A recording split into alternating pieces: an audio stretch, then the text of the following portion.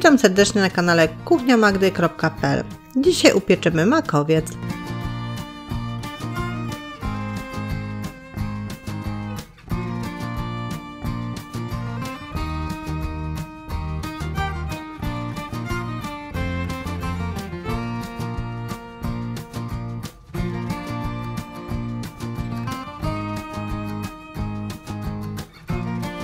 Jak Państwo widzą, makowiec jest na cieście półkruchym, a więc od niego zaczniemy. I żeby zrobić to ciasto półkruche, potrzebujemy 400 g mąki pszennej, 250 g margaryny lub masła, 100 g cukru, 4 żółtek jaj, 1 łyżki kwaśnej śmietany 18% i 1 łyżeczki proszku do pieczenia. Bierzemy sobie taką większą miskę, do środka wsypujemy 400 g mąki pszennej, dodajemy 100 g cukru, 1 łyżeczkę proszku do pieczenia, 4 żółtka jaj, 1 łyżkę kwaśnej śmietany 18%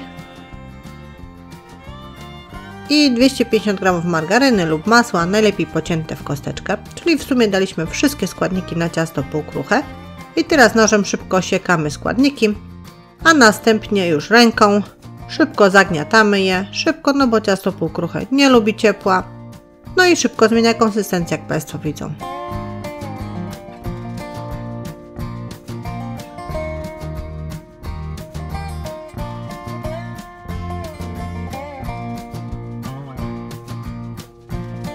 Po zagnieceniu wszystkich składników bierzemy sobie folię spożywczą. Nasze ciasto formujemy w jakiś kształt. Owijamy tą folią.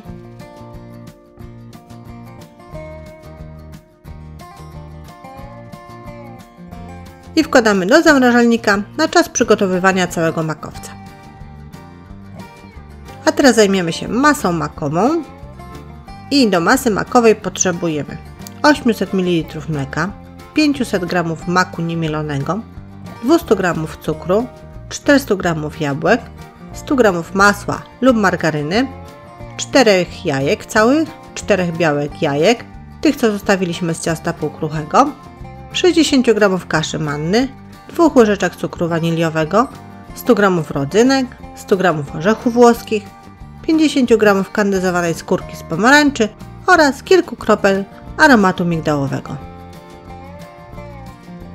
Masę makową zaczniemy od przygotowania maku, czyli 500 g maku niemielonego zalewamy 800 ml mleka, które wcześniej zagotowaliśmy.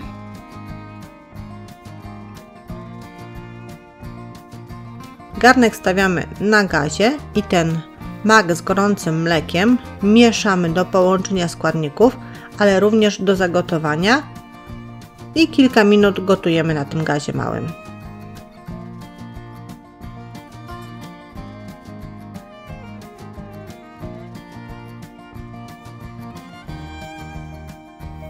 Po kilku minutach mak wyłączamy i zostawiamy tak na około 3 godziny, żeby wchłonął to mleko. Po 3 godzinach, kiedy mak już wchłonął mleko, bierzemy sobie sito i na tym sicie odsączamy mak od mleka, które wcześniej używaliśmy.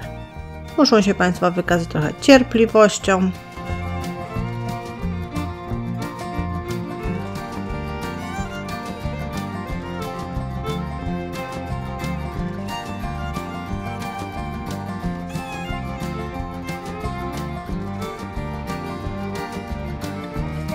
Mak na sicie odsączony, a teraz będziemy używać gazy, albo tak jak w naszym przypadku pieluchy, czystej, wyparzonej oczywiście.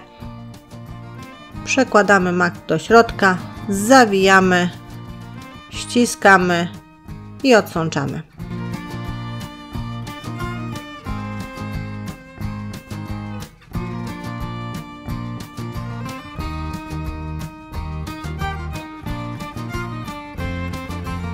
Mak odsączony, zdejmujemy gaz albo pieluchę. I taki odsączony mak musimy teraz 2-3 razy zmielić w maszynce.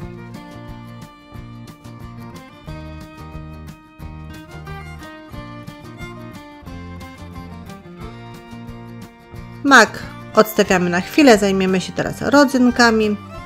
100 g rodzynek zalewamy wrzątkiem. Zostawiamy na kilka minut, żeby napęczniały. A następnie odsączamy.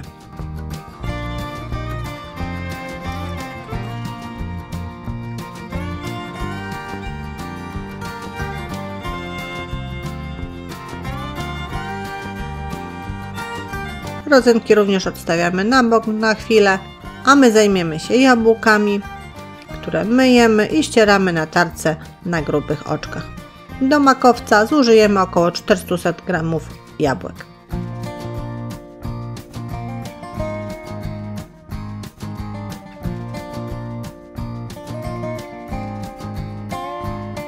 Następnie przerzucamy do maku wcześniej przygotowanego, dodajemy 100 g orzechów włoskich grubo posiekanych, dodajemy 100 g rodzynek oraz 50 g kandyzowanej skórki z pomarańczy.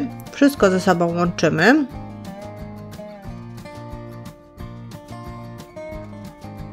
Następnie dodajemy 100 g roztopionego i wystudzonego masła lub margaryny. Ponownie składniki ze sobą łączymy.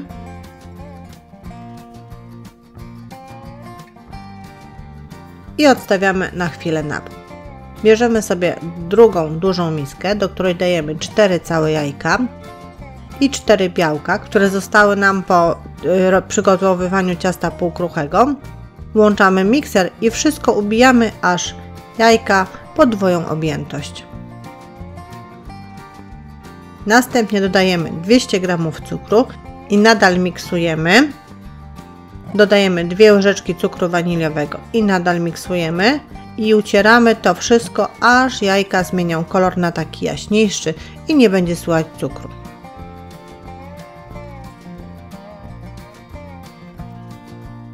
Jak Państwo tu widzą, nasze jajka już zmieniły kolor. Wyłączamy mikser i przygotowaną masę wlewamy do wcześniejszego maku z dodatkami. Wszystko mieszamy łyżką. Powoli ta masa musi się wchłonąć w tą masę makową. Musimy teraz dodać jeszcze 60 g kaszy manny i wszystko ze sobą wymieszać.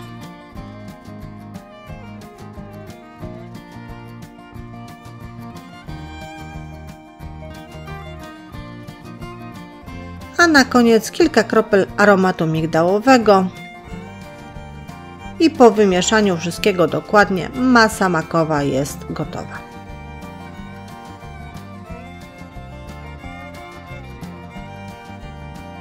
No to zostało nam złożenie ciasta. Ciasto wyjmujemy z zamrażalnika.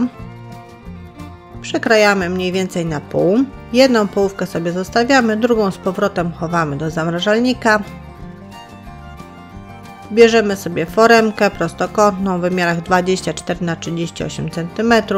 Wykładamy ją papierem do pieczenia i na spód ścieramy na tarce o grubych oczkach nasze ciasto.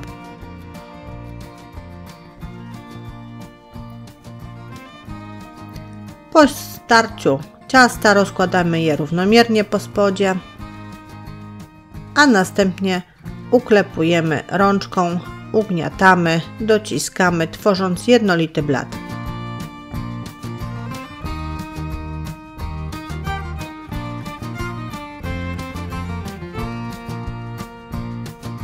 Musimy go jeszcze wyrównać, jeżeli Państwo mają taki wałeczek albo jakimś innym przyrządem.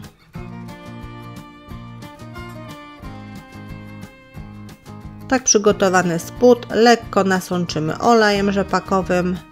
Pędzelkiem możemy sobie ładnie to rozsmarować.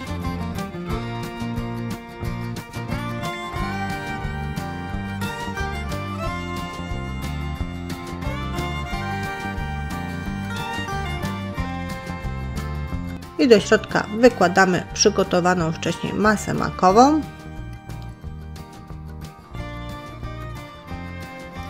Po wyłożeniu musimy ją równomiernie rozłożyć i wyrównać.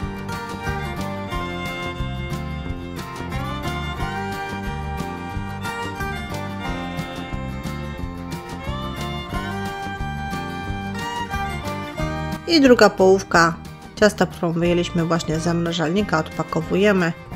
Z powrotem na tarce o grubych oczkach ścieramy na górę masy makowej. Tak przygotowaną foremkę wstawiamy do piekarnika nagrzanego do 180 stopni Celsjusza, używając grzałek góra i dół. Pieczemy 50-60 minut do ładnego zbrązowienia góry. Po upieczeniu ciasto wyciągamy z piekarnika i zostawiamy na chwilę, tak na godzinkę, żeby przestygło. Jak ciasto przestygnie, wyciągamy je z blaszki. Najlepiej robić to w dwie osoby, pomagając sobie papierem do pieczenia, a na koniec musimy przygotować polewę czekoladową i zrobimy ją z następujących składników: z 300 g czekolady mlecznej, 9 łyżek mleka i 200 g rodzynek. W kąpieli wodnej roztapiamy 300 g czekolady mlecznej z 9 łyżkami mleka. Przemieszajmy sobie, będzie łatwiej się łączyły składniki. Czekolada się już prawie roztopiła.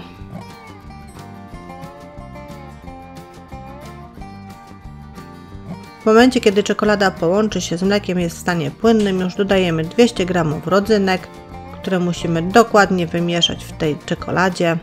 Jeżeli po dodaniu rodzynek masa okaże się za gęsta, to dodajmy sobie jeszcze troszeczkę mleka, żeby łatwiej było ją rozprowadzić, tą polewę po cieście. Nasza polewa z rodzynkami przygotowana, więc łyżką powoli wykładamy, rozprowadzamy po całej powierzchni naszego ciasta.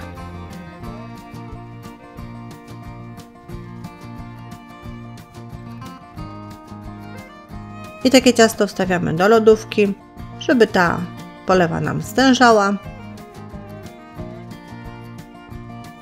A po kilku godzinach mamy wspaniały makowiec z naprawdę fajną polewą z rodzynkami.